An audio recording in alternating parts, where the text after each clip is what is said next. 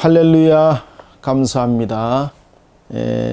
이번 9월달 매일 성경은 창세기 37장부터 창세기 50장까지의 내용이 되겠습니다.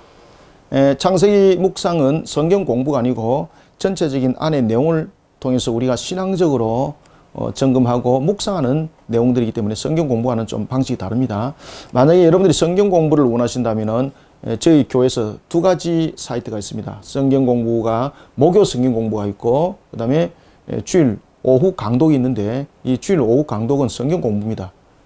그리고 이제 목요 성경 공부는 지금 신약이 들어가고 있고, 그리고 주일 오후 예배 강독은 구약이 이렇게 진행되어지고 있습니다. 특히 이제 구약의 진행 가운데서 지금 신명기를 진행하고 있고요. 그리고 그 전에 창세기 38장부터 50장까지는 녹화가 되어 있는데 1장부터 37장까지 녹화가 안 되어 있습니다.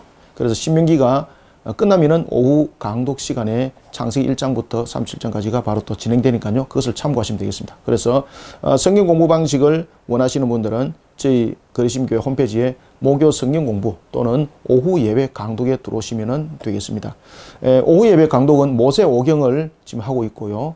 그리고 또한 우리가 목요 성경 공부는 지금 우리가 이제 그 신약을 지금 행하고 있습니다. 그래서 두 안의 내용들을 보시면 성경 공부를 많이 할 수 있습니다. 그래서 여러분들이 따라오시면 되겠고, 자, 오늘은 창세기 37장에서부터 50장까지를 두 번으로 나누어서 내용을 보겠습니다. 그리고 여러분들 이미 창세기는 다 진행이 되어졌던 내용들입니다. 그리고 이제 간략한 이런 부분들 안에 이렇게 설명이 되어 있으니까요. 간략하게 한번 내용들을 읽어보시고 이렇게 공부해 들어오면 되겠습니다. 자, 그리고 이제 안에 내용은 이미 이 부분들은 설명이 다 되어 있잖아. 그죠? 그래서 이 부분들을 가지고 설명하는 것은 반복적이고 중복적인 것에 대해서 여러분들에게 크게 도움이 되지 않을 것입니다. 그래서 여러분들에게 지금 논할 것은 이 내용을 가지고 중심적으로 하는 것이 아니라 이렇게 여러분들이 매일매일 묵상을 하실 때에 전체적으로 장들마다 형성되고 있는 내용들 속에서 어떤 내용들을 또한 우리가 중심적으로 함께 묵상을 하면은 좋은지를 가지고 우리가 목요 성경 공부 매일 성경이죠. 매일 성경 큐티에 대한 부분들을 내용을 다루도록 하겠습니다. 자, 창세기 37장을 보겠습니다. 자, 그런 측면에서 이제 창세기 37장은 전체적인 내용들을 보면은 두 그룹이 등장합니다. 형제들 가운데서 보면은 요셉 그리고 형제들 이렇게 37장의 내용이 전거되어지고 있습니다. 요셉과 형제들 속에서 일어났던 사건입니다. 자, 여러분 여기서 이제 잠깐 우리가 간략하게 우리가 점검을 해보면은 야곱은 여러분들이 잘 아시는 것처럼 두 아내와 두 여종이 있었습니다. 야곱은 두 아내가 있을 때에 레아와 라헬이 있었죠. 레아와 라헬이 있었고 레아 속에서 그는 6 아들을 두게 되고, 그리고 한 명의 딸을 두게 되면서 7명의 자녀를 레아를 통해서 두게 됩니다. 그리고 또한 레아의 그 여종이었던 실바를 통해서 그 아들을 둘을 두게 되는 거죠. 자, 그리고 이제 라헬을 통해서는 아들이 몇 명이 주어집니까? 그렇죠. 2명이 주어지게 되고, 그리고 라헬의 또 여종은 빌하죠. 빌하를 통해서 2명의 자녀들을 주게 되는데, 여기서 여러분들 주셔야 될 것이 있습니다. 자, 레아를 통해서는 아들이 6명이고 딸이 하나고 7이잖아요. 여러분들 이게 중요한 내용들을 담고 있습니다. 7이고 둘이고 왜 이렇게 하나님께서 허락하셨을까라는 부분에서 일단은 언약적 관점에서 알고 들어가야만이 이해도가 깊습니다. 그래서 이 부분들은 설명을 하겠습니다. 간략하게 설명을 할게요. 성경 공부 시간에는 이 부분들은 이제 더욱더 상세하게 제가 말씀드리겠습니다. 자, 아들을 6 두고 딸을 7 두면 이 7은 언약적인 측면에서 완전수입니다. 완전수. 자, 그런가 하면은 아들 둘은 무엇입니까? 이 아들 둘은 정인의 수입니다. 정인의 수. 이것도 마찬가지로 정인의 수고 마찬가지로 정인의 수입니다. 자, 그러면은 레아를 통해서 7 자녀를 두게 된 이 완전수는 하나님께서 이를 통해서 하나님께서 이루고자 하시는 그 언약, 이 언약 속에 그 완성이 이 7 자녀들을 통해서 이루어지는데, 이 7이라는 이 자녀들 속에는 7명의 자녀가 아니라 이 속에는 또 누가 있을까요? 여러분들 바로 이 속에 유다가 있었던 겁니다. 이런 내용들은 이제 성경 공부 시간에 좀 상세히 말씀드리고 오늘 그냥 개괄적인 측면에서만 말씀드릴게요. 그래서 이제 7 자녀를 두는 것은 하나님께서 언약을 이루고자 하는 측면에 7, 2, 2, 2 이것을 통해서는 전체적인 부분에서 하나님의 섭리를 설명하고 있습니다. 언약적 관점에 대한 하나님의 섭리를 설명하고 있습니다. 이스라엘의 그 숫자적인 개념에서 둘은 정인의 수죠. 그래서 실바를 통해서 낳은 두 아들은 언약적 관점의 아들을 바라보는 정인이 되는 겁니다. 그 다음에 라헬을 통해서 낳았던 아들들도 정인이 되는 겁니다. 하나님의 언약의 완성을 이루는 측면에서 정인. 비라의 두 아들들도 하나님의 언약의 완성을 이루어가는 측면에서의 정인입니다. 정인들. 자, 이런 측면에서 이제 사건들이 이제 터지게 되는 겁니다. 아버지는 라헬을 매우 사랑했습니다. 그런데 이 라헬이 노상에서 죽음을 맞이하게 되는 거죠. 그러면서 낳았던 아들이 누굽니까? 그렇죠. 베냐민이죠. 바단 아람에서 가나안으로 들어오지 못하고 그 노상에서 그 생명을 거두게 되는데 그 생명을 거두게 됐던 가장 큰 이유는 하나님께서 언약적 관점에서 그의 생명을, 라헬의 생명을 거둬버립니다. 왜냐하면 우상 숭배 속에 만연해 있던 여인이었거든요. 그래서 하나님께서 언약의 땅에 들어오지 못하도록 딱 막아버리는 겁니다. 그렇지만은 이런 라헬을 야곱이 매우 사랑했던 거죠. 사랑하는 아내, 자신이 사랑하는 아내. 이 사랑하는 아내를 통해서 두 자녀가 출생하게 되는데 그가 바로 요셉이었고 베냐민이었습니다. 요셉이 어머니를 완전히 다 빼다 박은 거죠. 따라서 야곱이 요셉을 매우 사랑하게 되는 겁니다. 이런 속에 야곱이 요셉에 관한 편애가 생기게 되었고, 또 하나는 언약을 이루는 관점적인 측면에서 이 장자가 있었는데 그가 바로 르우벤이었습니다. 르우벤. 이 르우벤이 아버지 침상을 더럽히게 되는 거죠. 뿐만 아니라 르우벤과 그리고 또한 시몬과 그 밑에 레위, 하나님의 이름을 망령되이 일컫게 되는 거죠. 자, 그러면서 이제 네 번째 아들이었던 유다가 언약적 관점에서 어떻게 등장하는지를 이제 38장 이후가 또한 설명을 하고 있고요. 그런 측면에서 요셉은 어떤 정인의 역할을 하는가라는 것이 37장 이후에 증거되어지고 있습니다. 그래서 37장 이후는 두 가지의 내용들을 두 사람의 중심을 통해서 이루어지는데, 하나는 유다를 통해서 하나님의 언약을 장차 이루어갈 그 언약의 관점들이 어떻게 이루어질 것인가라는 것을 보여주게 되고요. 그 다음에 요셉을 통해서는 이런 언약을 이루어가는 측면에서 라헬을 통해서 낳았던 이 아들 가운데 요셉은 어떤 역할 속에서 하나님은 그 섭리를 전개해 나가는가라는 것을 창세기가 전체적으로 설명을 해주고 있습니다. 자, 이런 속에 오늘 그 요셉과 형제들 속에 이런 사건이 터지게 됩니다. 특히 형제들과 요셉 속에서 사건이 터지게 될 수밖에 없었던 것은 어머니가 각각이 다르죠. 그죠? 어머니가 각각 다르다 보니까 형제 간에 아버지는 하나지만은 어머니가 가지고 있는 그 내용들, 그 다음에 아버지의 편애적인 이런 부분들이 하나의 충돌을 일으키게 되는 것입니다. 이런 측면에서 요셉은 그 사랑하는 아내의 그 중심에 서게 되었고, 그 자녀로서 하나의 아버지의 마음이 있어서는 그가 바로 장자와 같은 자였습니다. 그래서 요셉에게 색동옷을 입히는 것은 요셉이 나이가 어리기 때문에 합니다. 그 당시에 여러분들 요셉이 나이가 17세였습니다. 17세. 색동옷이라는 것은 어떤 의미를 여러분들 담고 있는가 하면은 멀리서도 보일 수 있는 것. 그래서 이 색동옷이라는 것은 우리가 생각하고 있는 어린아이에게 입히는 옷이 아닙니다. 이 색동옷은 바로 구별됨을 말하고 있습니다. 구별됨.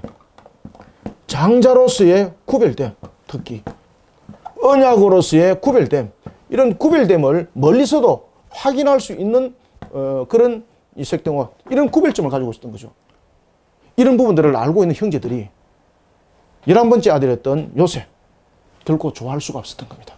자, 이런 속에, 그럼에도 불구하고 이런 속에 하나님은 그 언약을 성취해 나가는 것을 우리가 볼 수 있습니다. 따라서 우리가 창세기 37장은 좀 빨리 전개하겠습니다. 이게 이제 성경 공방식이 돼버리면요, 안에 내용들을 좀 더 상세히 다뤄야 되는 측면도 있고, 그렇지만 이 부분들은 그냥 간략하게 내용들이 전거되어지는 것으로 하겠습니다. 자, 이런 측면에서 우리가 창세기 37장은 어떤 묵상이 이루어져야 되겠냐면은, 여러분들이 매일 성경을 함께 보시면서 예언의 성취를 위해 보이지 않는 하나님의 섭리, 하나님은 어떻게 그 약속의 성취를 이루어가는가라는 것을 요셉과 그 형제들의 인본주의 환란 속에서도, 인본주의 충돌 속에서도, 인본주의 갈등 속에서도 하나님은 그 언약을 방금 제가 말씀드렸던 7에 대한 완전수 2명의 증인들이 어떻게 쓰임받는가라는 것을 창세기 37장이 설명해 주고 있습니다. 조금 이해되십니까? 그래서 37장은 예언의 성취를 위한 보이지 않는 하나님의 섭리, 예언의 성취를 위한 보이지 않는 하나님의 섭리, 이러한 내용을 창세기 37장이 다루고 있습니다. 자, 그런 측면에서 우리가 창세기 37장에, 자, 여러분 보십시오. 자, 요셉, 그리고 형제들. 여기서 형제들은 10명입니다. 10명. 그죠? 1명.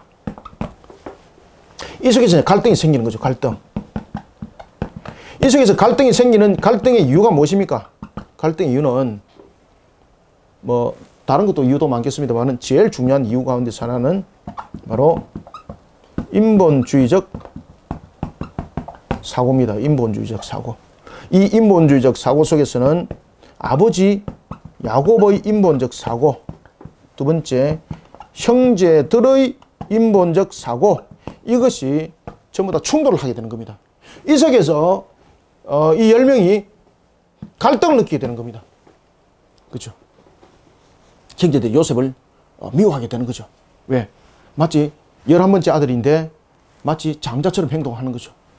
그런데 여기서 여러분들이 이제 잘 아셔야 될 것은 요셉이 물론 아버지의 편애 속에서 그렇게 행동하는 것도 물론 있었습니다만은 요셉은요, 어릴 때부터 아버지의 명령을 잘 따르고 아버지께서 지시하신 것에 대해서 잘 순종하는 자였다는 것을 여러분들이 이 속에도 함께 명심을 하셔야 됩니다. 자, 이런 속에 우리는 3가지의 교훈들을 가지고 우리는 함께 묵상하는 것이 좋겠습니다. 그래서 37장의 내용들을 통해서는 우리가 예언의 성취를 위해 보이지 않는 하나님의 섭리를 통해서 우리는 3가지를 우리가 묵상하는 것이 좋은데, 첫 번째는 뭔가 하면은 인본주의로 인한 그런 갈등, 인본주의로 인한 갈등, 인본주의로 인한 갈등이 심화되는 가운데서도 하나님은 어떻게 한다는 겁니까? 그렇죠. 하나님은 그 언약에 대해서 약속을, 언약에 대한 것을 성취해 나간다는 것을 믿으시길 바랍니다. 우리가 살아나가는 세상도 보면은 인본주의 측면에서 얼마나 갈등들이 많습니까? 이런 갈등들이 심화하는 가운데서도 하나님은 언약을 이루어 가신다는 것을 우리는 묵상하시고, 세상이 인본주의 속에 나를 공격할지라도, 그 갈등이 심화될지라도 나는 하나님의 관점 속에서 이 언약을 이루어가는 측면에서 나는 어떤 자세를 항상 취하는 자가 되어야 될까? 항상 예언의 성취를 위해서 보이지 않는 하나님의 섭리 가운데 나는 항상 하나님 말씀 안에 어떤 순종을 하고 있는가? 그죠? 10명의 형제들과 같은 인본주의 모습 속에서 우리가 갈등을 만들어 나가고 그 형제를 제거하는 측면에서의 그런 하나의 유격을 쫓아가는 그런 자들이 돼서는 안 된다는 것이죠. 그래서 여기서는 인본주의 갈등 속에서도 나는 항상 하나님의 언약에 대해서 순종하는 자세를 가져야 된다. 이것을 이 갈등 속에서 묵상하셔야 됩니다. 그 다음에 두 번째는 37장을 통해서 우리가 어떤 내용들을 묵상하셔야 되는 거면은 또 인본주의입니다. 여러분, 인본주의가 이끌어가는 것은 갈등뿐만 아니라 무엇을 도모하게 되는 겁니까? 그렇죠. 악을 도모하게 되는 거죠. 인본주의는 갈등을 이끌어낼 뿐만 아니라 악을 도모하게 됩니다. 형제들이 요셉을 죽이는 것에 동의를 하게 되는 거죠. 이런 악을 도모하게 만드는 거예요. 인본주의가. 인본주의. 언약이 성취를 이루기 위해서 보이지 않는 하나님의 섭리는 이런 인본주의 속에서 일어나는 갈등 속에서도 그 뜻을 이루어갑니다. 그렇기 때문에 우리는 이런 속에서도 우리는 하나님의 말씀 앞에 늘 순종하는 자가 되어야 되고, 그 다음에 인본주의가 악을 도모하면서 우리를 해치는 그 순간도 우리는 하나님의 예언은 반드시 성취된다는 무엇을 가져야 되겠습니까? 그렇죠. 믿음을 가져야 되는 거예요, 여러분들. 그래서 우리가 악을 도모하여서 우리를 공격할지라도 우리는 하나님을 향한 믿음으로 처음에는 순종이고 두 번째는 믿음이에요. 믿음.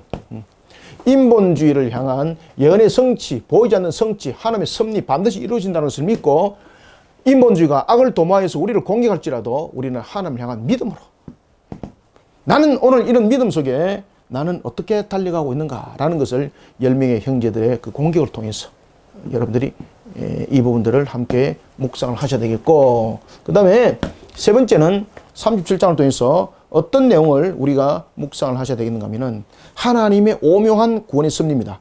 하나님의 오묘한 구원의 섭리는 반드시 성취를 이루어간다는 것을 우리는 확신하면서 달려가야 됩니다. 어떤 관계 속에서도 하나님의 구원의 성취는 하나님의 구원의 성취는 반드시 이루어진다라는 확신을 가져야 됩니다. 여러분들. 확신을 가져야 됩니다.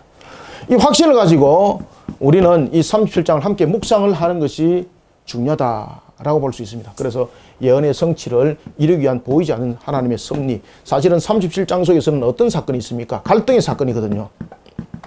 갈등의 사건이 한 명의 형제와 10명의 형제, 한 명은 요셉이었고 그리고 이 10명은 배다른 형제들입니다. 배다른 형제.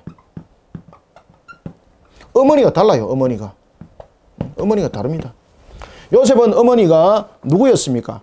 요셉은 어머니가 라헬이었죠. 라헬. 이런 속에도 분쟁이 있는 겁니다. 그 다음에 이 배다른 형제의 어머니는 레아였고 그 다음에 빌하였고 실바였습니다. 실바. 이런 속에 갈등이 배다른 형제적인 측면에서 갈등이 생기게 됐고 그 다음에는 아버지의 편애. 이게 전부 다 무엇입니까? 전부 다 인본주의 속에 육적인 측면에서 일어나는 그런 갈등 요소잖아요. 그래서 37장을 묵상하실 때 이런 갈등적 요소를 놓치면 안 됩니다. 이런 갈등적 요소를 가지고 있을 때도 하나님은 예언의 성취를 위해서 보이지 않는 섭리를 작용을 시키는 거예요. 그래서 여러분들 보시면은 요셉이 왜 형제들이 있는 곳에 찾아갑니다. 자, 37장 14절 보십시오. 이스라엘이 그에게 이르되, 이스라엘은 야곱을 말하죠. 그에게 이르되 가서 네 형들과 양떼가 다 잘 있는지를 보고 돌아와 내게 말하라고 하고 그를 헤브론 골짜기에 보내니 그가 세겜으로 가니라. 15절. 어떤 사람이 묻습니다. 우리 형제들을 혹시 보셨습니까? 라고 말하니까 무엇을 찾느냐라고 말하니까 우리 형제들을 찾는다 그랬습니다. 그때 17절. 그 사람이 이르되 어디로 가라? 그렇죠. 내가 그들의 말을 들으니 도단으로 가자 하더라. 도단. 그리고 이제 도단에 갔습니다. 그때에 형제들이 멀리서 오는 요셉을 이미 압니다. 왜? 무엇을 보고 할까요? 여러분들요. 바로 요셉의 옷을 보고 하는 거죠. 멀리서도 확인되는 이 옷. 그죠? 그러니까 감정이 더 복붙이는 거죠. 복받치는 거죠. 이 옷이 가지고 있는 의미가 무엇이었습니까? 바로 장자적인 의미를 가지고 있습니다. 이 장자적인 의미. 그런 형제들이 옳다. 아버지로부터 우리를 고발하는 자가 왔다. 그러면서 그가 이렇게 말하는 겁니다. 형제들이 모의를 하게 되는 거죠. 19절. 특히 꿈꾸는 자가 왔다. 특히 여러분들 잘 아시는 것처럼 요셉이 두 번의 꿈을 가지고 형제들한테 이야기했을 때 아버지와 어머니 이야기를 했을 때 그 형제들이 갈등을 가지면서 노발대발하게 되는 거죠. 자, 이런 속에 그들이 구덩이에 요셉을 빠뜨립니다. 그가 구덩이 속에 빠뜨려지기까지는 오늘 본문에도 보면은 이렇게 말하고 있습니다. 20절. 자, 그를 죽여. 그죠? 그를 죽여. 한 구덩이 던지고 형제입니다. 형제. 배다른 형제라 그래도 형제입니다. 그래서 우리의 인본주의 갈등, 이런 갈등은요, 악을 도모하고 공격하게 만듭니다. 이 순간에도 우리는 하나님을 향한 믿음을 가져야 되고 구원의 확신을 가지고 순종과 믿음과 확신이라는 것을 37장에서 함께 묵상을 하면서 우리가 37장을 묵상하시길 바랍니다. 구덩이에 빠뜨렸습니다. 그리고 23절에 보면 채색옷을 벗겼습니다. 채색옷, 그죠? 채색옷을 벗겼습니다. 그리고 물도 주지 않았습니다. 음식도 주지 않았습니다. 그럼 그 상태에서 죽는 거잖아요. 아무리 구덩이에 놔놓더라도. 형제들이 도모해서 죽이자 그러니까 러벤이 아니다. 피를 흘리지 말자. 왜? 장자로서의 책임이 있기 때문에. 그리고 구덩이에 그냥 던져 넣자. 그런데 구덩이에 던져 넣어도 물이 없습니다. 먹을 것이 없습니다. 그럼 그 상태에서 죽는 거죠. 그때에 형제 가운데서 여러분 유다가 등장하는 거예요. 25절. 유다가 뭐라고 말합니까? 우리가 형제 가운데서 피를 흘리게 되면은 무엇이 우리한테 위기 될까? 그러면서 유다가 어떤 역할을 합니까? 그렇죠. 여기서 이제 등장하는 것이 바로 유다는 중보적 역할을 하는 겁니다. 중보자. 중보적 역할. 중보적 역할. 그래서 37장부터 이제 계속해서 등장하는 부분들은 유다는 중보자로서의 그 역할자. 그래서 이 부분들을 통해서 우리가 예수 그리스도의 그리스도로서의 그 사역이 이 속에서 사역이 이제 예표되어지는 것을 볼 수 있습니다. 그때 유다는 그 형제를 이스마엘 상인에게 팔자 그러죠. 그리고 그 형제들은 그렇게 팔았습니다. 그렇지만 하나님의 섭리는 요셉이 그 하나의 그 생명이 보존받도록 그가 하나의 그 상인에게 팔렸음에도 불구하고 그가 제물로도 드려질 수 있는 모습이지만은 하나님은 요셉을 보존하시죠. 자, 이런 속에 그 형제들은 또한 아버지를 속이죠. 요셉이 짐승에 물려서 죽었습니다. 이것이 요셉의 옷이 아닙니까? 라면서 속입니다. 이런 인본주의, 악을 도모합니다. 그럼에도 불구하고 하나님은 요셉을 어떻게 합니까? 그렇죠. 끝까지 지키는 거죠. 끝까지 지키는 거죠. 요셉이 상인에게 팔렸습니다. 상인에게 팔렸음에도 불구하고 그 생명이 보존됩니다. 그 생명이 보존되면서 여러분들이 이제 잘 아시는 것처럼 36절 그 미디안 사람들은 그를 애굽에서 바로의 신하 신회장 보디발에게 팔았더라. 아멘. 보디발에게 파는 거죠. 신전에 팔 수도 있죠. 만약에 야곱이 신전에 팔아져 있으면 두 가지 용도로 쓰입니다. 하나는 제물로 쓰입니다. 그 다음에 두 번째는 신전 창기로 쓰입니다. 이 끝나는 거죠. 그런데 보디발 집에 팔렸다는 것은 무엇을 우리에게 말씀을 주고 있습니까? 그렇죠. 하나님의 구원의 성취가 반드시 일어난다는 측면에서 지금 그 내용을 주고 있는 겁니다. 우리는 이런 확신을 가지자. 따라서 37장은 이런 세 가지 순종과 믿음과 확신. 자, 요셉이 아버지의 말을 따르고 그 아버지의 말에 잘 순종하는 자였죠. 형들을 찾아갔습니다. 그 다음에 그런 부분들을 가지고 잘 관찰하고 아버지 뜻을 전했습니다. 이런 측면에서 요셉은 순종하는 자예요. 순종하는 자. 인본주의 갈등이 심화되고 있지만은 항상 순종하는 자에 우리는 신앙을 가져야 된다. 인본주의가 악을 도모하면서 우리를 공격할지라도 우리는 한명한 믿음을 가져야 된다. 요셉이 죽지 아니하고 건져졌습니다. 구원을 말하고 있죠. 그죠? 형제들이 죽일 수도 있었습니다. 죽지 않았습니다. 구덩이 빠졌습니다. 구원이죠. 근데 완전한 구원이 일어나는 거죠. 그때 완전한 구원은 바로 유다라는 중보자를 통해서 그 구원이 일어났다라는 것을. 그래서 우리에게 그 확신, 구원에 대한 확신, 구원이 성취된다라는 그 확신을 이제 비춰주고 있는 거예요. 그러면서 그가 보디발 집에 팔려가는 장면. 자, 이런 장면을 통해서 우리는 오늘도 이런 인본적 속에서 나는 갈등 속에 무너진 자가 되지 않았는가? 나는 또한 이들과 함께 인본적 모습 속에서 나는 바로 10명의 공격하는 자의 모습은 가지고 있지 않는가? 그런 속에 우리를 회개하고 우리를 바르게 세워나가는 묵상이 되어 있다라는 것입니다. 이해가셨죠?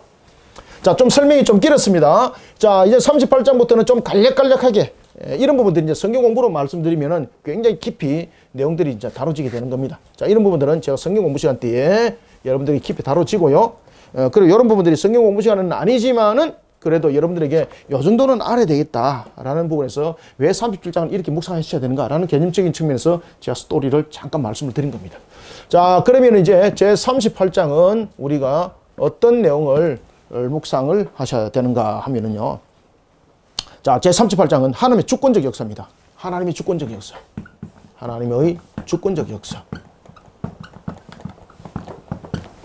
하나님의 주권적 역사에 따른 언약의 성취와 그리고 언약의 후손입니다. 하나님의 주권적 역사에 따른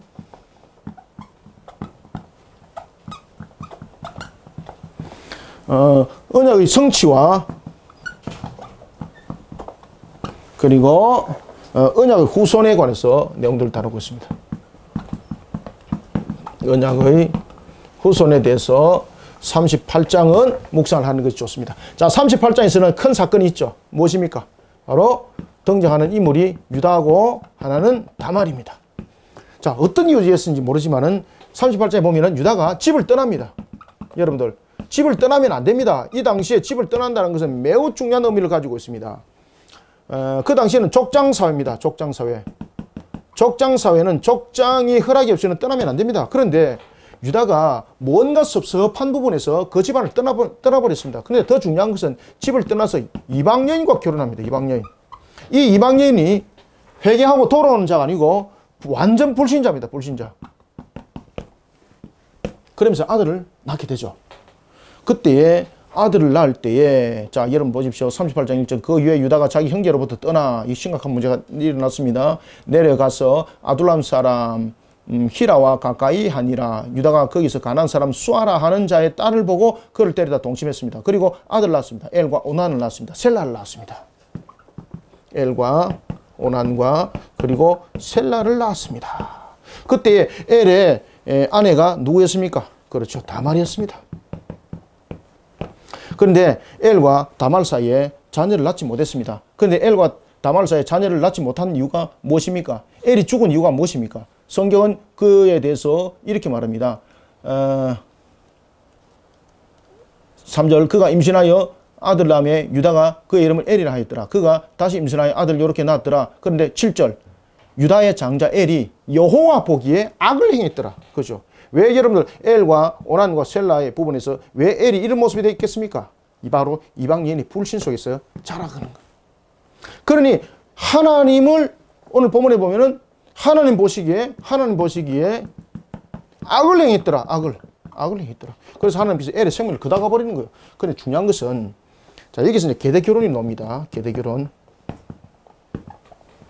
자 계대 결혼 이것은 고엘 사건 속에서 나타나는 거죠. 남은 자 사상. 이 계대 결혼은 유대 사회에서는 아주 중요한 의미인데 이 계대 결혼은 바로 언약의 장자적 측면을 가지고 있습니다. 그 집안에 장자가 자녀를 낳지 못했습니다. 그러면은 장자로서의 언약을 이루어가는 측면에서의 그 장자가 끊어지는 하나의 불상사를 당하게 되는 거죠. 그러니 장자의 그 모든 혈통은 장자권을 이어가야 되기 때문에 계대 결혼을 성립을 시키는 겁니다. 그때에 형제들 가운데서 결혼하지 아니하는 자가 있으면은 다말이 결혼 안 했죠. 오난이 결혼 안 했습니다. 그래서 이 다말이 오난과 계대 결혼 측면에서 아버지가 그러한 하나의 언약적 관점을 이루어가기 위해서 혼례를 시켰습니다. 그렇지만 이 오난이 어떻게 합니까?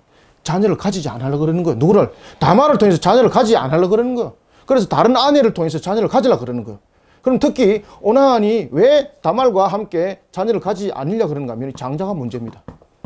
오난과 다말 사이에 낳으면은 이 첫 아들은 자신의 아들이 안 됩니다. 이거는. 이 아들은 누군가 하면은 바로 엘이 되는 겁니다. 엘. 법적으로, 실질적으로. 그래서 이 무슨 문제가 생기는가 하면은 바로 재산의 분할권의 문제가 생기는 겁니다. 기업에 대한 문제. 장자는 항상 두 분기십니다. 두 분기. 자, 그러면은 다말과 자신 사이에 아들을 낳았다 그러면은 이 부분이 예를 들어서 오난이 이런 부분에서 나눠지게 되면은 자, 재산이 어떻게 분해야 되는가 하면은 하나, 둘, 셋 이렇게 되는 겁니다. 하나, 둘, 셋, 넷, 네 명에 대한 부분에서 두 분기 4분의 2가 누구의 재산이 되는 겁니까? 그렇죠. 이 첫 아들의 재산이 되고 자신은 4분의 1이 자신의 재산이 되는 겁니다. 이해가시죠? 그리고 이것이 자신의 실질적인 두 번째 아들에부터 이 4분의 1을 가지고 이제 나누게 되는 거죠. 이런 재산적인 측면에서 이런 기업의 부분을 허락할 수가 없었던 거죠. 그래서 오난이 다말과 자녀를 낳기를 싫어하는 겁니다. 그렇기 때문에 그가 설정을 어떻게 하는 겁니까? 자, 이렇게 성경은 말하고 있습니다. 9절. 오난이 그 씨가 자기 것이 되지 않을 줄을 알므로, 그죠? 계대결혼적인 측면에서 고엘, 바로 장자권에 관한 문제입니다. 그가 아들을 낳으면 그 첫 번째 아들은 바로 누굽니까? 바로 엘입니다. 엘.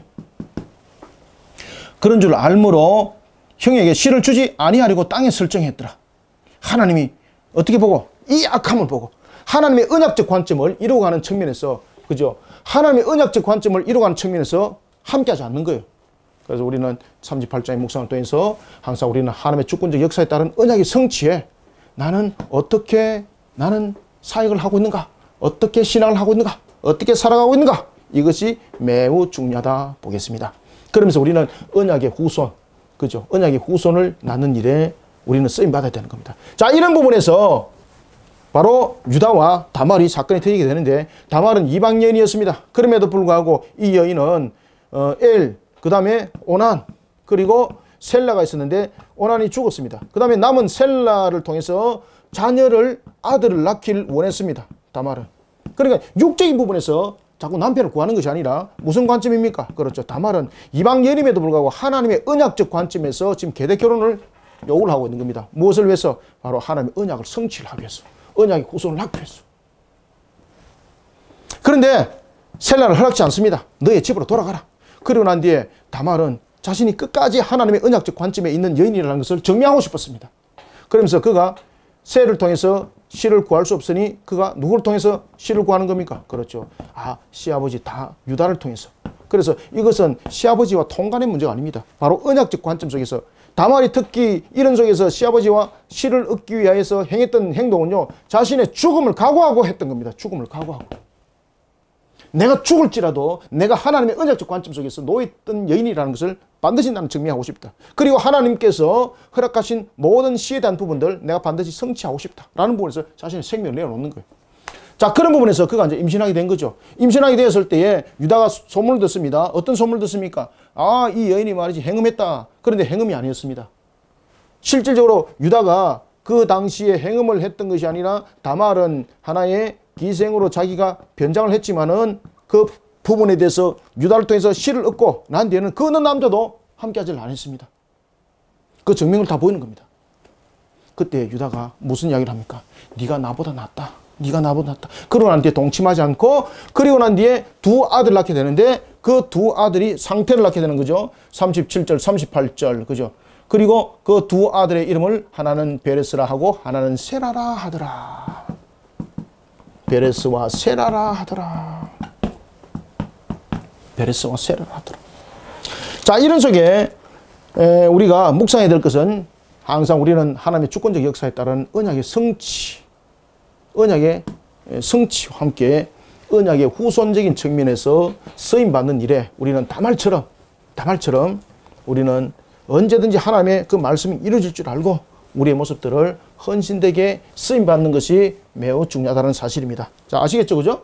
자, 이런 측면에서 우리는 38장을 세 가지로 우리는 묵상을 합시다. 첫 번째는 자신의 육체적 소욕을 채우기 위한 그런 인본적 결단에 대해서 하나님은 반드시 응답한다는 것을 여러분들이 기억하셔야 됩니다. 따라서 엘과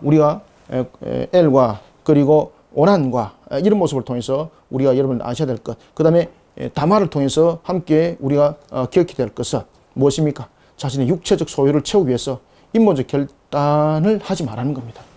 그죠?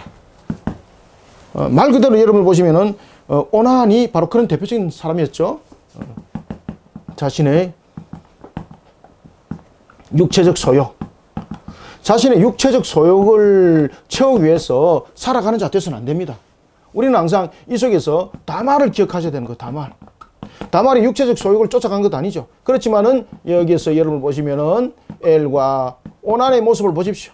전부 다 육체적 소욕을 쫓아 하나님 앞에 악한 모습을 취했던 그들, 하나님이 주권적 역사 속에서 그들을 어떻게 합니까? 다 걷어가 버렸습니다. 그래 우리는 하나님의 주권적 역사에 따른 언약의 성취, 이 언약의 성취 속에 우리는 언약의 후손을 낳는 자로서의 역할을 해야 됩니다.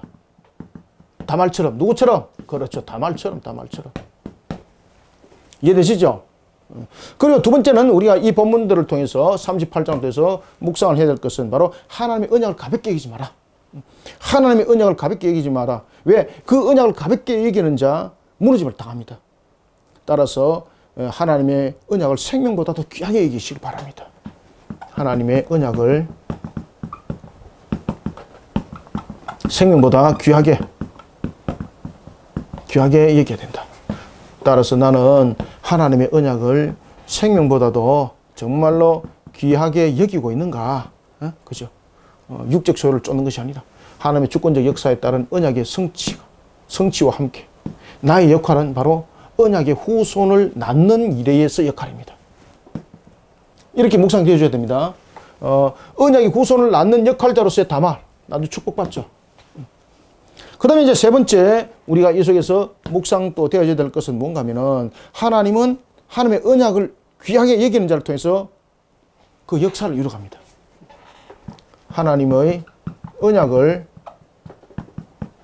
귀하게 여기는 자, 귀하게 여기는 자를 통해서 하나님은 역사를 이루어갑니다. 그래서 다말의 역할이 참 38장에서 중요합니다. 38장. 따라서 이 시대를 복잡다단하게 살아가는 이 시대, 그럼에도 불구하고 하나님의 주권적 역사는 그대로 지금 일어나고 있습니다. 이때의 우리의 모습들은 내 모습, 다말은 여러분 잘 아시는 것처럼 이방 여인이었잖아요. 이방 이방 연이었습니다. 그 다음에 남편으로 있었던 그 두 명 다 죽음이었습니다. 정말 비참하잖아요. 말 그대로. 얼마나 비참합니까? 이 이방 여인인데, 이방 여인이. 그렇지만 그럼에도 불구하고 그는 하나님의 언약의 후손을 낳는 일의 역할자가 되고 싶었던 거예요. 우리는 이 시대에 나는 이런 다말과 같은 그런 역할자로서의 신앙을 하고 있는가? 모습을 하고 있는가? 이것을 함께 비춰보는 시간이 38장이 되기 바랍니다. 38장을 이와 같은 속에 여러분 묵상해 주시면 되겠습니다. 아시겠죠?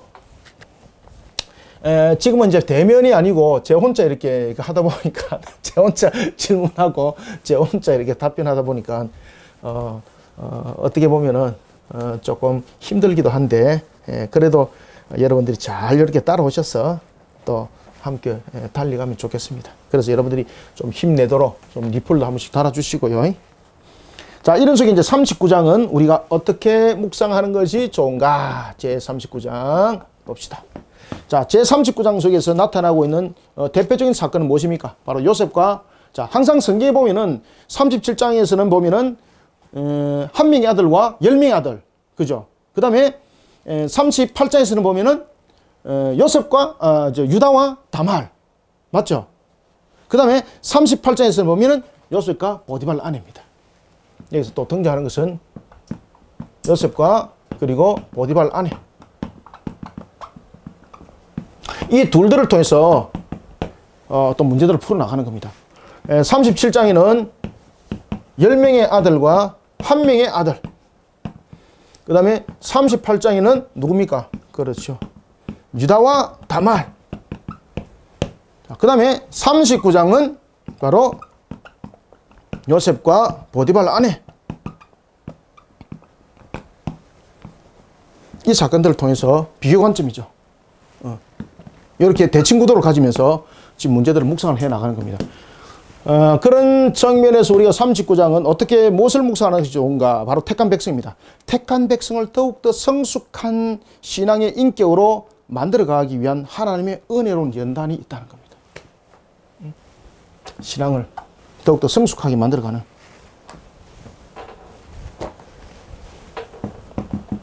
신앙을 더욱 성숙하게 만들어가는, 성숙하게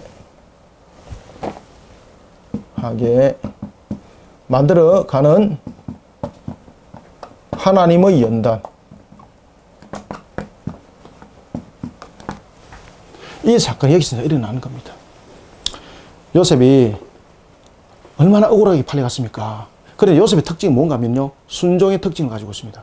여기 관점을 항상 떠나시면 안 됩니다. 순종의 관점 속에 나타나 있을 뿐만 아니라 요셉이 가지고 있는 또 하나의 장점 가운데서 하나는 무엇인가 하면은 눈에 보이지 아니할지라도 하나님을 믿음으로 바라보는 그 믿음이 분명했습니다.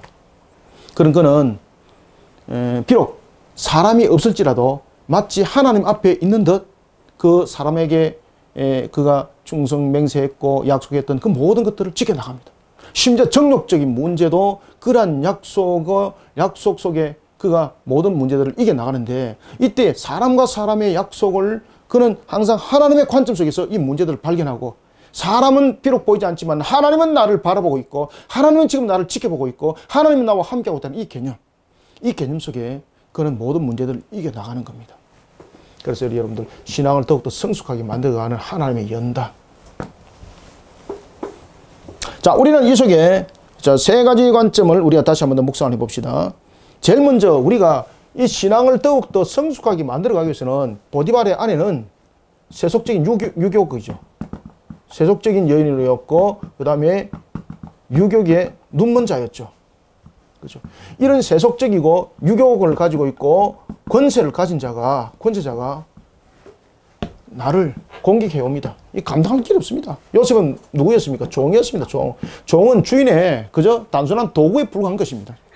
그런 요셉이 여러분들 무엇으로 이 여인을 거부를 할 수가 있겠습니까? 요셉이 얼마나 여러분들 눈으로 볼 때도 참신했는지 모릅니다. 그의 어머니를 완전히 쏙 빼닮은 거죠. 라헬을 쏙 빼닮은 거죠. 그 정도로 강건한 청년이었고, 그리고 육적으로도 눈으로 볼 때 아주 매력이 있고 그런 자였습니다. 이 보디발의 아내가 그런 속에 유혹에 빠져가 있었던 겁니다. 세속적인 여인이. 그 다음에 권세까지 있었습니다. 주인의 아내였습니다. 자신과 함께 동침하자 그럽니다. 그때 요셉이 무엇으로 뿌리칩니까? 그렇죠. 하나님의 도덕법입니다. 그가 여러분들이 잘 아시는 것처럼 우리는 신앙을 더욱더 성숙하게 만들어가는 하나님의 연단 앞에서 우리의 신앙을 어떻게 성숙하게 만들어가야 될까? 그 답이 있어야 되잖아요. 바로 도덕법이 법입니다. 여러분, 도덕법. 우리는 이 시대를 하나님의 도덕법, 그죠? 하나님의 도덕법의 대표적인 것이 무엇이죠? 그렇죠. 바로 십계명. 모든 인류가 지켜야 될 도덕법. 따라서 우리는 자신에게 맡겨진 일에 대해서 신의와 성실을 지켜나갈 때도 하나님의 도덕법이 근원을 이뤄야 됩니다. 하나님의 도덕법이 근원. 하나님의 도덕법이 근원을 이루는 것은 바로 하나님이 지금 나와 함께 하고 있다는 것이고, 그리고 하나님이 모든 것을 지금도 주관하고 계신다는 것에 대한 믿음. 그러니 세속적 유혹, 권세 함께하지 않는 겁니다. 자, 그런데 이렇게 했으면은 요셉이 상 받을 되잖아요. 그런데 요셉이 오히려 감옥에 갇히게 되고, 그리고 심지어 그가 한 번 더 가면은 완전히 빠져나올 수 없는 왕의 감옥에 갇힙니다. 죽어서만이 나올 수 있는 곳. 왕이 회복시키지 않으면 나올 수 없는 곳. 그곳에 갇혀버립니다. 햇빛도 없는 곳. 그곳에 갇혀버립니다. 얼마나 억울해요, 여러분들. 얼마나 억울해요. 그가 잘못된 것이 단 하나도 없잖아요. 이렇게 도덕법으로서 그 근원을 이뤘습니다. 그럼에도 불구하고 얼마나 억울해요. 갇혀버렸습니다. 그렇지만 그때도 여러분들 무너지지 마시기 바랍니다. 하나님이 연단하십니다. 무엇을 위해서? 우리를 더욱더 크게 쓰기 위해서, 신앙을 성숙하게 만들기 위해서 연단입니다. 연단.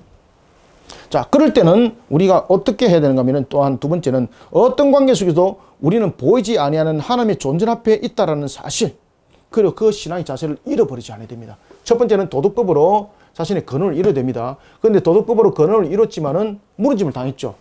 분명히 자신의 간음에 해당되는 문제를 그는 지켜나갔죠. 도덕법이었죠.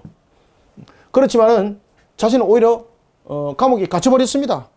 자, 그럼에도 불구하고 무너지면 안 됩니다. 어떤 신앙 속에 우리를 세워야 되는가 하면 항상 하나님의 존재 앞에 있다는 것을, 그리고 그 신앙의 자세를 잃어버리지 않아야 됩니다. 하나님의 존재 앞에 있다는 신앙. 이 신앙으로 하나님의 연단을 이겨나가야 됩니다. 그러니까 이런 연단 속에서도 여러분 보시면은 20절에 39장 20절 보십시오.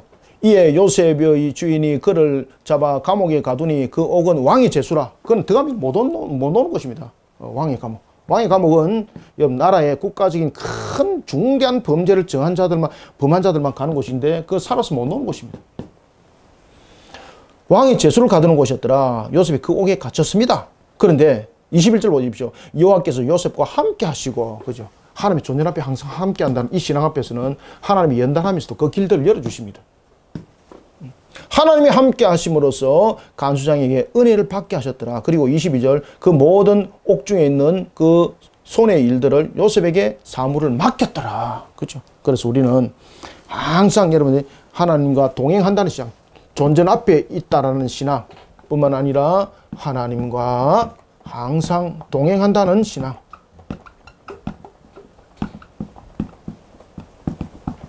이 신앙으로 우리는 이 연단을 이겨나가야 됩니다. 아시겠죠? 그래서 이 세 가지, 이 시대 앞에 우리가 연단을 받을 때에 나는 하나님의 도덕법 앞에 근원을 이루고 있는가? 그리고 나는 하나님의 존재 앞에 있다라는 신앙으로 내 모습은 세워져 있는가? 그리고 하나님과 항상 동행한다라는 이 신앙, 믿음의 신앙으로 요셉처럼 나는 세워져 있는가? 이런 속에 신앙을 더욱더 내 모습이 부족함이 있습니다. 그러면은 하나님께서 그것을 더욱더 만들어가는 기간이니까 이것을 믿음으로 바라보면서 이 모든 환경들을, 지금의 환경들을 이겨나가는 우리 성도들이 되시길 바랍니다. 아시겠죠? 그죠? 자, 이런 속에 이제 40장은 어떻게 묵상하시는 것이 좋은가? 자, 40장은 어떻게 묵상하시는 것이 좋은지 한번 보겠습니다. 자, 39장 아시겠죠? 이렇게 이제 묵상을 하시고요. 자, 40장의 내용들은 어떻게 우리가 중심적으로 묵상하는 것이 좋은가 하면은, 자, 40장인 여러분들, 자, 누가 등장할까요? 자, 40장 보십시오. 요셉이 이제 누구를 만나죠? 두 명을 만나게 되는 거죠. 자, 이제 40장 보겠습니다. 자, 제40장은 우리가 무엇을 묵상하시는가 하면요, 바로 역사를 주관자입니다. 역사의 주관자 되시고 계시자 되시는 하나님의 섭리입니다. 자, 역사의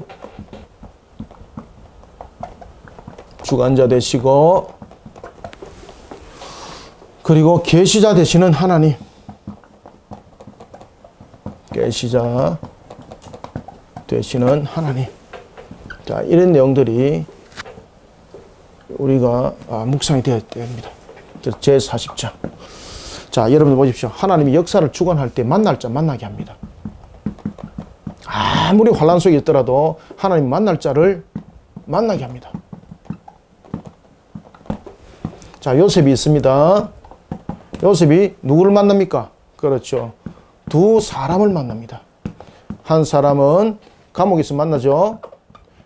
한 사람은 그렇죠. 술 맡은 관원장이었고, 그리고 한 사람은 그렇죠. 떡 맡은 관원장이었습니다.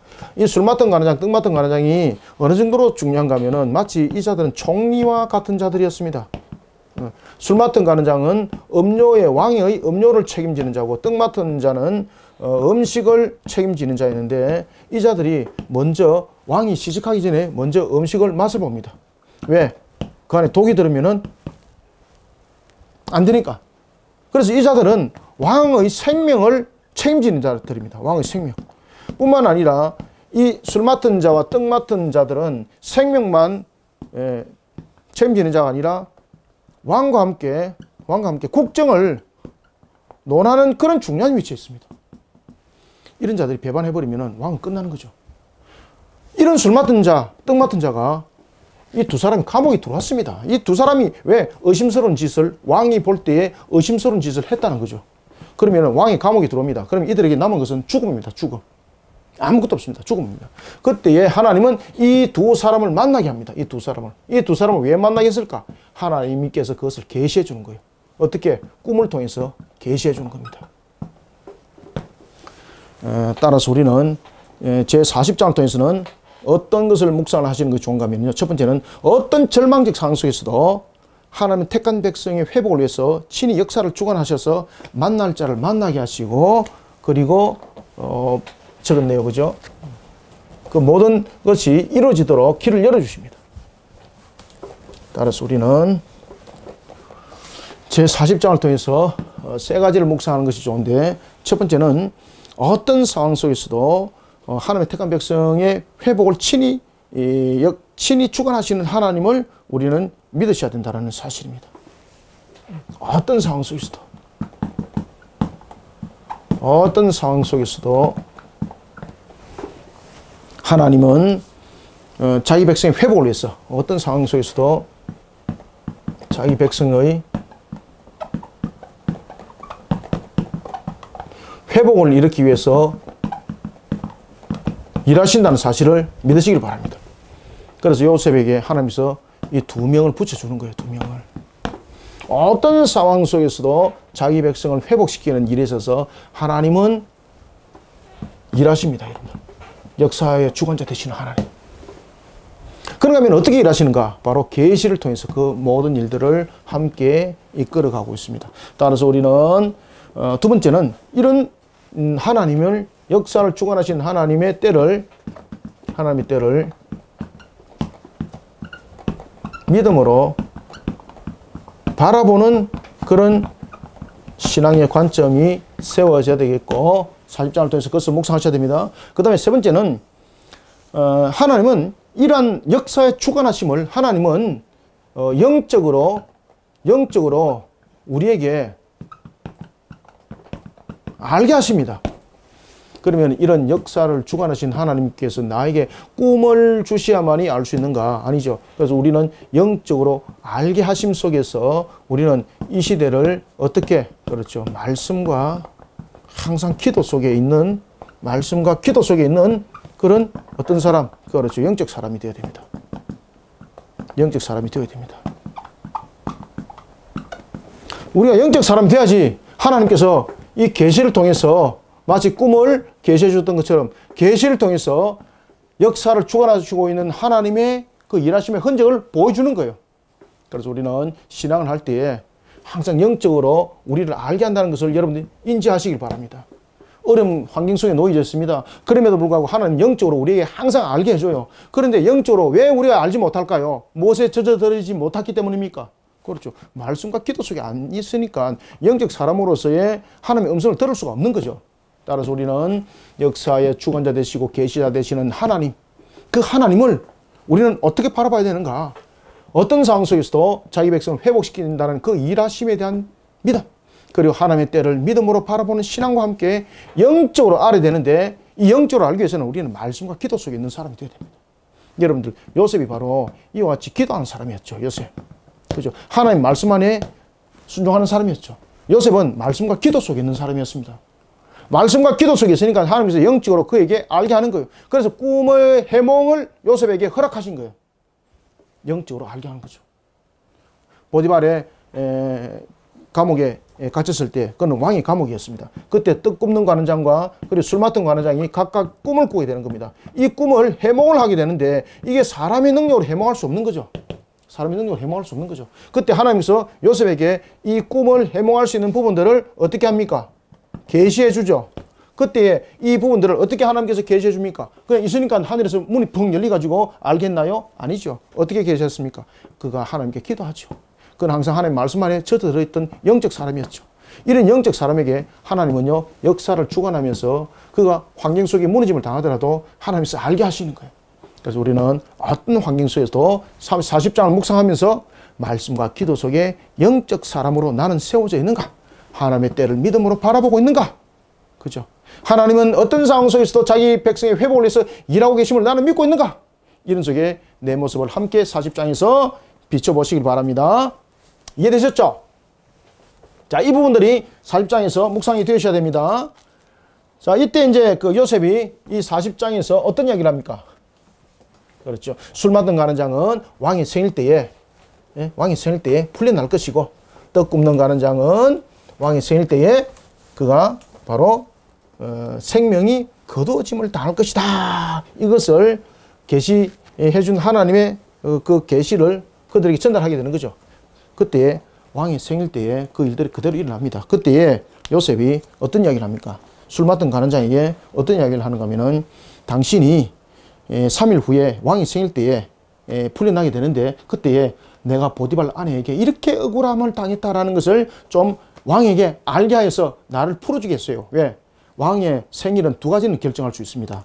왕은 그 감옥에 있는 사람에 대해서 특권을 통해서 생일날에 어떤 일들을 할 수 있는데, 하나는 그를 죽음에 이르게 할 수 있고, 두 번째는 그를 살릴 수 있는 그런 일들을 생일 때 할 수가 있는 겁니다.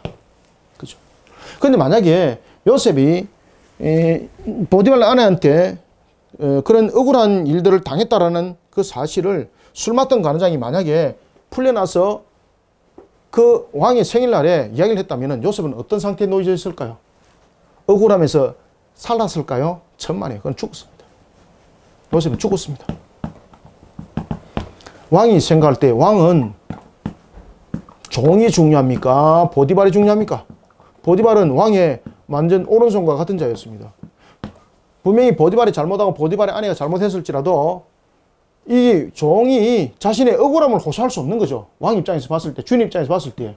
그러면 자신의 억울함을 호소한다는 것은 결국은 주인에게 대든다는 역할이잖아요. 그러니 왕은 그 사실을 말하고 있는 이 요셉을 끄잡아내서 죽여버리는 거예요. 요셉은 살 수 없어요. 이것이 우리의 여러분 한계라는 것입니다. 자, 그런 속에 이제 41장은 무엇을 여러분 묵상하셔야 되는가 하면 바로 하나님의 때와 하나님의 심이다. 참 우리가 어떤 일들을 하다 보면은 참 질질이도 잘 안 풀리죠. 그죠? 야, 이게 말이야 아무리 해도 안 되고 이 도대체 뭐가 이래 라고 말할 수 있는 그런 순간에도 하나님의 때와 하나님의 시 반드시 믿으시길 바랍니다. 그래서 제 41장은 우리가 41장은 하나님의 때와 그리고 하나님의 시입니다. 하나님의 때와 하나님의 시간, 하나님의 때와 하나님의 시간, 그리고 하나님의 방법입니다. 그리고 하나님의 방법입니다. 그리고 하나님의 방법으로 이루어지는 섭리를 기억하시길 바랍니다. 하나님의 방법으로 이루어지는 섭리.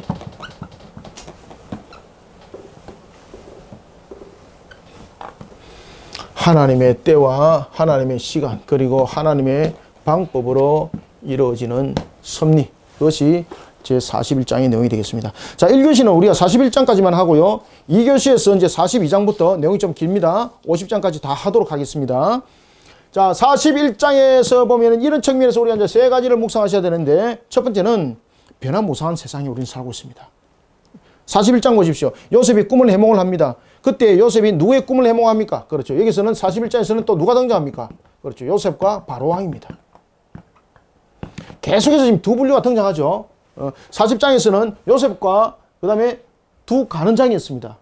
그 다음에 41장에서는 요셉과 바로왕입니다. 바로왕이 무엇을 꿉니까? 그렇죠. 꿈을 꾸게 되는데 아무도 이것을 해몽을 못하더라. 아무도 해몽 못하더라. 그때에 하나님께서 누구를 기억나게 합니까? 그렇죠. 바로왕을 통해서 술 맡은 가는장. 술 맡은 가는장이 그때서 비로 기억을 했는데, 그때가 2년, 그가 감옥으로 나와서 2년 때 그때 비로소 꿈에서 자기가 꿈을 해몽했던 사건이 기억나게 되는 겁니다. 이때 여러분 요셉의 나이가 몇 살이었을까요? 이때 요셉의 나이가 30입니다. 요셉의 나이 30. 그가 17살 때 끌려옵니다.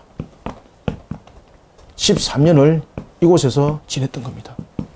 그때 요셉이 30에 회복된 것은 아주 중요한 역할을 하고 있습니다. 그것은 뭔가 하면은 이 요셉의 30은 바로 하나의 관리로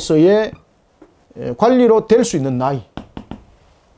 그 전에 나와서는 뭐 관리로 될 수 있는 나이도 아니겠죠. 그죠? 그 다음에 2년이라는 이 부분을 통해서 이런 하나님의 모든 역사를 이뤄가는 겁니다. 그래서 하나님의 때와 하나님의 시간 그리고 하나님의 방법입니다. 그런 섭리. 우리가 볼 때는 그냥 당장 나오고 싶은데 하나님께서 2년 더 기다리라는 거죠. 왜? 2년 전에 나왔으면 요셉에게는 무엇만이 있습니까? 그렇죠. 요셉에게는 2년 전에 나왔으면 죽음밖에 없습니다. 왕이 요셉을 필요로 해야 되는 겁니다. 그런데 2년 전에는 요셉이 오히려 왕을 귀찮게 하는 자입니다. 그러니까 요셉은 죽을 수밖에 없는 거죠. 왜? 자기의 부하가 더 중요하니까. 그런데 지금 왕에게는 누가 필요합니까? 자신의 꿈을 해몽해 줄 자 필요한 것입니다. 왜? 꿈을 꿨는데 이거 예사롭지 않거든요. 근데 아무도 이것을 해몽하지 못하는 거죠. 그때에 이 꿈에 해몽할 수 있는 능력이 요셉에게 있던 거죠. 그런 요셉을 부르는 거예요. 왜? 술 맡은 가는장이 그때 감옥에 있었던 사건을 설명하는 겁니다. 야, 그가 꿈을 해몽하는데 사실 그대로 이루어졌습니다. 그리고 그 내용들을 이야기를 할 때 왕이 요셉을 회복시킵니다. 그래서 하나님의 때와 하나님의 시간. 그의 수염을 깎습니다.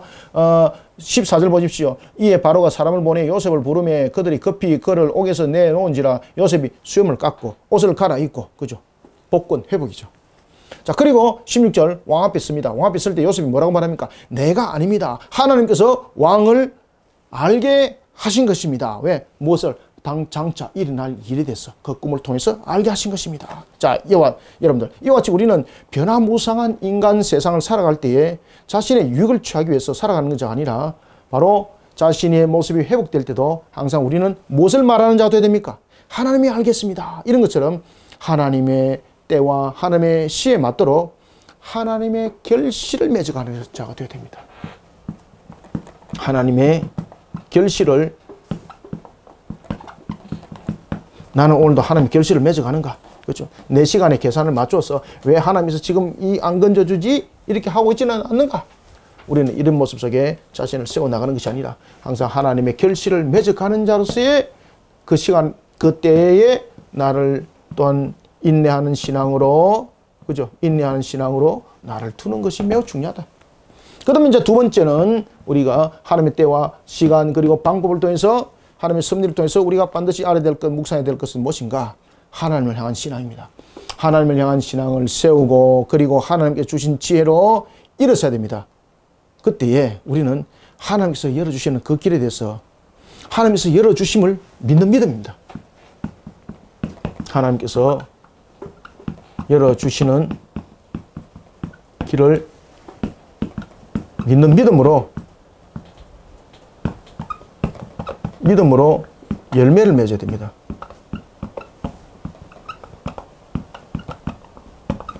이때 하나님께서 열어주시는 길이 있습니다. 그가 감옥에서 나왔습니다. 그리고 믿음으로 열매를 맺어갈 때에 누구의 열매입니까? 그렇죠. 하나님의 영광을 위한 열매. 여러분들 하나님의 영광을 위한 열매를 맺으시길 바랍니다. 아시겠죠? 하나님의 때와 하나님의 시간 그리고 방법을 통해서 섭리를 이룰 때에 우리는 하나님의 결실을 맺어간다는 것을 인내하면서 요셉이 2년 동안 인내하는 우리의 신앙의 자세도 필요하다. 나는 인내를 하고 있는가? 그런가 하면 하나님께서 열어주시는 길을 믿는 믿음으로 열매를 맺어갈 때에 무엇을? 그렇죠. 하나님의 영광을 위한 열매가 되도록 해야 된다. 요셉이 바로에게 뭐라고 말합니까? 16절 요셉이 바로에게 대답하여 이르되 내가 아니라 하나님께서 바로에게 편안한 답변을 하시리다. 그죠? 하나님께 영광을 돌리는 거죠. 하나님께 영광을 돌리는 거. 그래서 오늘도 우리가 이런 모습 속에 자신을 세워나가야 된다. 그래서 우리는 세 번째, 기회주의자가 되면 안 된다.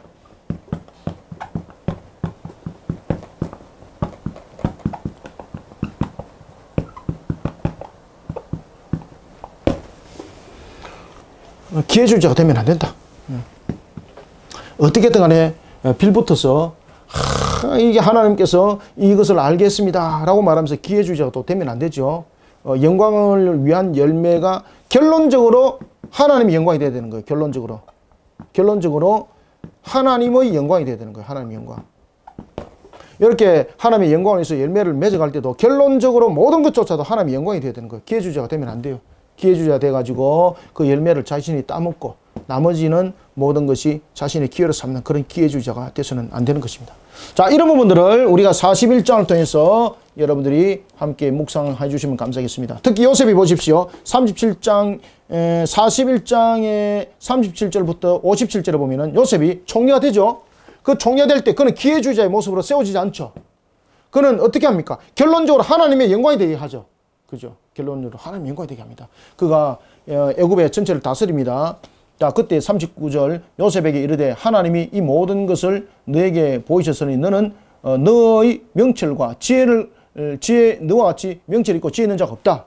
기회주의자가 될 수가 있죠. 그때 여러분 보십시오. 그가 41절, 42절 인장반지 받았죠. 왕으로부터. 그 다음에 그 손에 끼움을 받았죠. 그 다음에 세마포 입었죠. 금사슬 목에 걸었죠. 43절 버금술에 탔죠. 전국 총리가 되었죠. 기회주의자가 될 수 있어요. 그런데 그가 어떻게 합니까? 자, 45절 그가 왕 앞에 섰을 때 나이가 30이었더라. 그때에 그가 기회주의자가 되지 않습니다. 모든 것이 하나님의 영광이 되게 합니다. 하나님께서 그것을 알겠습니다. 바로에게 이야기를 합니다. 하나님께서 알겠습니다 라는 그 자기가 기회주의자 모습으로 나라의 재산에 대한 부분을 자신이 개인의 소유로 자신이 착복할 수도 있었죠. 착복할 수도 있었습니다. 그렇지만은 그는 이런 부분들을 함께하지 않습니다. 결론적으로 하나님의 영광이 착복했을 경우는 하나님의 영광이 가리는 거죠. 요셉이 보십시오. 요셉이 어떻게 합니까? 55절 애굽 온 땅이 굶주리며 백성이 바로에게 부르짖어 양식을 구하는지라 바로가 애굽 모든 백성에게 이르되 요셉에게 가서 그가 너희에게 이르는 대로 하라. 그죠? 결론적으로 하나님의 영광이 되니까 결과적으로 바로가 하나님과 함께하는 요셉은 믿을 수 있다 이래 된 겁니다. 왜? 요셉이 누구를 가지고 41장에서 말했습니까? 그렇죠. 하나님에 관해서 이야기했잖아요. 하는 거 보니까 착복도 하지 않고 아주 정직한 거죠. 그러니 요셉에게는 다 모든 것이 하나님과 함께하는 모습이 되었다는 것을 알고 왕이 완전히 믿을 수밖에 없다는 사실입니다. 자, 41장은 이와 같이 내용들이 깁니다만은 중요한 내용들은 이런 내용들이 함께하고 있다는 것을 알고 묵상을 이렇게 함께 해주시면 감사하겠습니다. 자, 우리가 1교시는 37장부터 41장까지 했고요. 2교시는 42장부터 50장까지 좀 빨리 진행하도록 하겠습니다. 감사합니다. 수고하셨습니다.